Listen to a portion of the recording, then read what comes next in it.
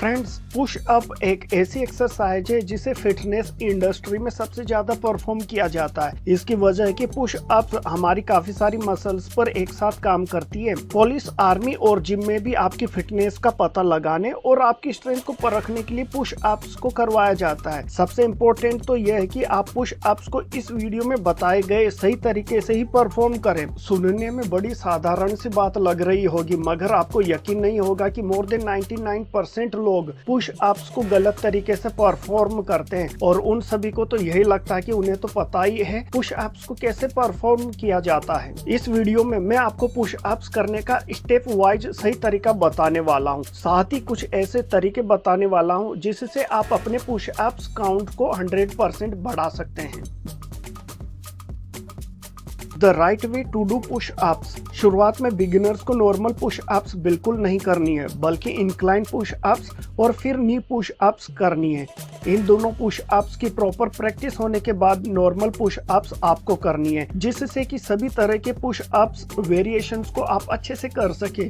शुरुआत करेंगे incline push up से। इंक्लाइन पुश अप्स, एक स्टडी से पता चला कि इंक्लाइन पुश अप्स में आप बॉडी का सिर्फ 41% ही वेट लिफ्ट करते हैं और वही नी पुश अप्स में आप बॉडी का 49% लिफ्ट करते हैं। इसलिए बिगिनर्स को सबसे पहले ये दोनों एक्सरसाइजेस करवाई जाती है।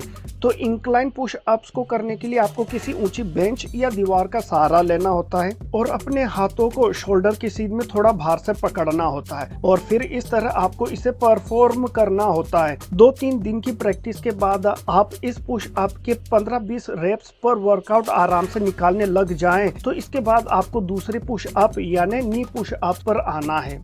नी पुश अप्स, इस पुश अप में सबसे पहले आपके हाथ है उन्हें शोल्डर से मामूली सा बाहर रखना है, पर चेस्ट के बिल्कुल पास रखना है और इस प्रकार से ये पुश अप आपको परफॉर्म करना है। आप चाहें तो लेग्स को क्रॉस भी कर सकते हैं और प्रैक्टिस होने पर 30 से 40 रेप्स पर वर्कआउट आपको लगाना है।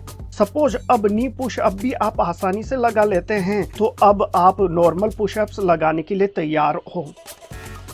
नॉर्मल पुश अप को सही तरीके से परफॉर्म करने के लिए पहले फ्लैट जमीन पर अपने हाथों को नीचे रखें और ध्यान रखें कि हाथ शोल्डर के बराबर या थोड़े से ज्यादा दूरी पर हो। फिर अपने टोस को इतना फैलाएं जिससे कि आपका हेड, आपके हिप्स और आपके हिल्स एक स्ट्रेट लाइन पर आ जाए। इसके बाद एल्बो से 45 डिग्री का एंगल बनाते हुए नीचे जाए, जहां तक आपकी चेस्ट ग्राउंड के नजदीक तक ना पहुंच जाए और स्टार्टिंग पोजीशन में वापस आ जाए, जब तक कि आपकी एल्बो सीधी ना हो। और अगर शुरुआत में रिस्ट पेन हो तो आप ब्रिक्स या डंबेल लेके पुश अप लगा सकते हैं, जिससे अगर रिस्ट में पेन हो तो वो कम हो जाएगा। सबसे इम्पोर्टेंट टिप्स ये है कि हमेशा पुशअप लगाते वक्त केवल नीचे देखें और नीचे जाने पर एल्बो को 90 डिग्री एंगल पर मोड़ें। जो लोग पुशअप करते समय सामने की ओर देखते हैं, ऐसा करने से पुशअप्स का कोई फायदा नहीं मिलता, बल्कि इंजरी होने के चांसेस बढ़ जाते हैं।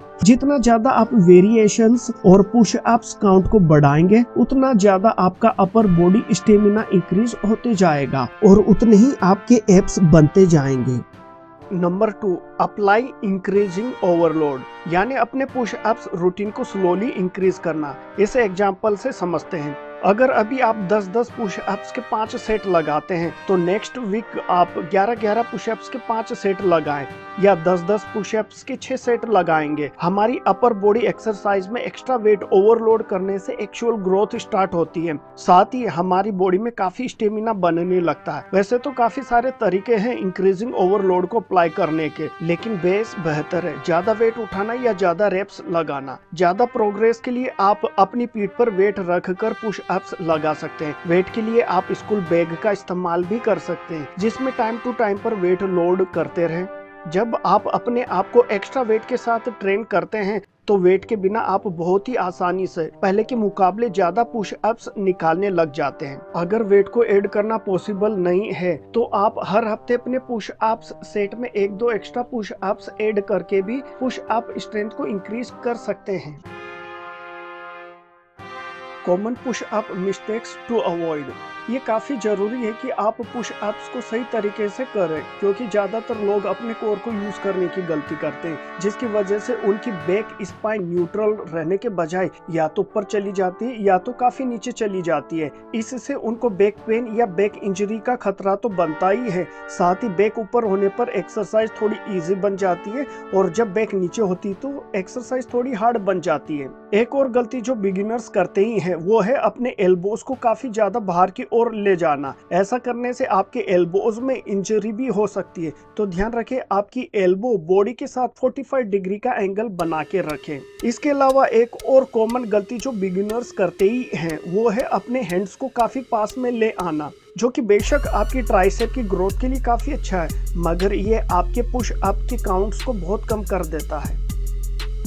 Number 4, use variations for perfect upper body. Chest की मस्क्यूलरिटी को बरकरार रखने और कंप्लीट अपर बॉडी एक्सरसाइज वाले बेनिफिट्स के लिए आप कम से कम 3 तरह के पुशअप वेरिएशंस को परफॉर्म कर सकते हैं।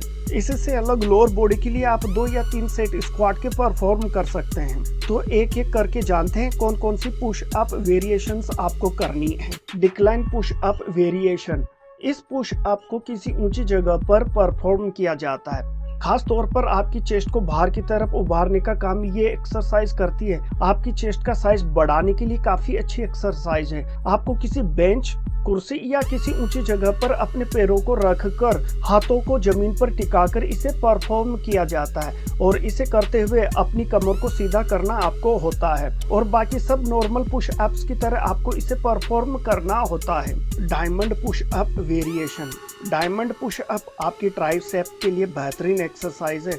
अगर आप अपनी इनर चेस्ट को अच्छे से बिल्ड करना चाहते हैं तो इस एक्सरसाइज को आपको जरूर करना चाहिए। इसे करने के लिए आपको हाथों से इस प्रकार का डायमंड शेप बनाना होता है और फिर नॉर्मल पुश अप की तरह आप इसे परफॉर्म करना होता है। इसे करना नॉर्मल पुश अप्स से थोड़ा मुश्किल आपको जरूर होता है, पर इसके फायदे देखते हुए आपको परफॉर्म जरूर करना चाहिए। Mountain climber push up variation. इस पुश अप्स को करने से आपको 3 मसल्स ग्रुप पर सबसे ज्यादा फायदा होता है। Number 1 chest muscles, number 2 abs, number 3 आपके लेग मसल्स पर भी काफी अच्छे से ये एक्सरसाइज काम करती है। इसे करना काफी सिंपल है। नॉर्मल पुश अप्स की तरह आपको पुश अप परफॉर्म करनी है और उसके बाद इस तरह से अपने पैरों को माउंटेन क्लाइंबर की तरह मूव कराना होता है।